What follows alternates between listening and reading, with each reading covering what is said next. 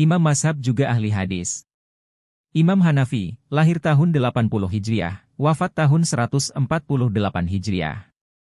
Imam Hanafi merupakan seorang tabi'in, generasi setelah sahabat Nabi. Dia pernah bertemu dengan salah seorang sahabat Nabi, Anas bin Malik, dan beberapa peserta Perang Badar yang merupakan generasi terbaik Islam, dan meriwayatkan hadis darinya serta sahabat Nabi lainnya.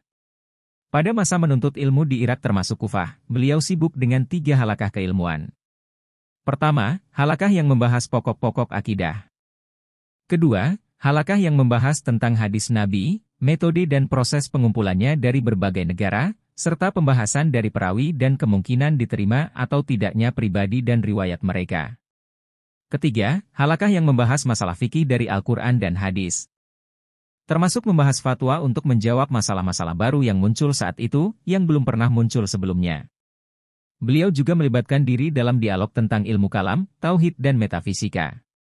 Menghadiri kajian hadis dan periwayatannya, sehingga beliau mempunyai andil besar dalam bidang ini. Imam Maliki, lahir tahun 93 Hijriah, wafat tahun 179 Hijriah. Dalam bidang hadis, beliau terbilang ulama yang pertama kali menulis kitab hadis, jauh sebelum masa penulis Kutubus Sittah menuliskan karya mereka. Al-Muwatta adalah kitab karya Imam Malik dan dianggap kitab tersyahih di zamannya. Itulah mengapa dinamakan Al-Muwatta. Karena kitab ini telah diakui dan disepakati kesyahihannya oleh setidaknya 70 ulama Madinah di zamannya. Al-Muwatta merupakan sebuah kitab yang berisikan hadis-hadis dan pendapat para sahabat serta ulama-ulama tabi'in yang dikumpulkan oleh Imam Malik. Kitab ini lengkap dengan berbagai problem agama yang merangkum ilmu hadis, ilmu fikih dan sebagainya. Imam Malik terkenal dengan sifatnya yang tegas dalam penerimaan sebuah hadis. Dia sangat berhati-hati ketika menyeleksi dan membahas serta menolak riwayat yang meragukan, setelah diteliti dan dibandingkan dengan Al-Quran. Menurut sebuah riwayat, Imam Malik menghabiskan waktu 40 tahun untuk mengumpulkan dan menyeleksi hadis-hadis yang diterima dari guru-gurunya. Imam Syafi'i, lahir tahun 150 Hijriah, wafat tahun 205 Hijriah.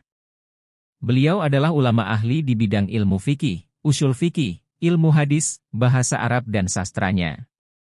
Sejak usia 12 tahun beliau sudah hafal kitab Al-Muwatta yang disusun oleh Imam Malik.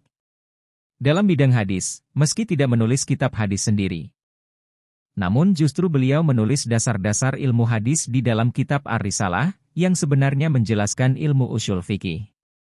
Dan karena ilmu hadis merupakan bagian dari pembahasan usul fikih, maka pembahasan tentang ilmu hadis pun tidak luput di dalamnya.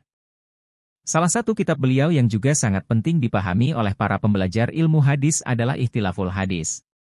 Kitab yang membahas bagaimana cara kita menyimpulkan masalah, apabila ada terdapat hadis-hadis yang sama-sama syahih, namun secara lahiriah nampak bertentangan.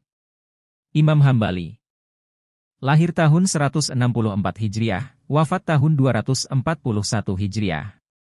Beliau imam dalam 8 hal, imam dalam hadis, imam dalam fikih, imam dalam bahasa, imam dalam Al-Quran, imam dalam kefakiran, imam dalam kezuhudan, imam dalam wara, dan imam dalam sunnah.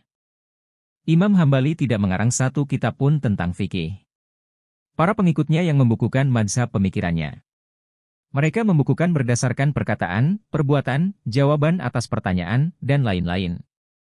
Imam Hambali lebih dikenal sebagai ahli hadis. Karya monumental Imam Hambali adalah kitab Musnad, Musnad Ahmad yang merupakan kitab musnad paling populer dan isinya paling memadai. Kitab ini disusun di era periwayatan hadis secara kritis yang berbeda dengan periode sebelumnya. Kredibilitas Imam Hambali dalam bidang hadis diakui oleh para ulama hadis sebagai seorang Amir al-Mukminin fi al-Hadis di zamannya. Kitab Musnad karyanya dinilai sebagai kitab hadis terbaik setelah Al-Muwatta, karya Imam Malik.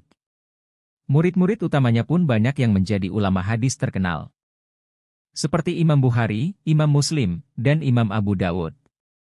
Imam Hambali sebagai seorang ahli hadis dan juga ahli fikih tidak dapat dipungkiri. Hal ini terlihat jelas dari penempatan posisi hadis dalam usul fikihnya dan intensitas penggunaan hadis dan fatwa-fatwanya. Oleh sebab itu corak pemikiran fikih Imam Hambali disebut juga dengan fikih sunnah.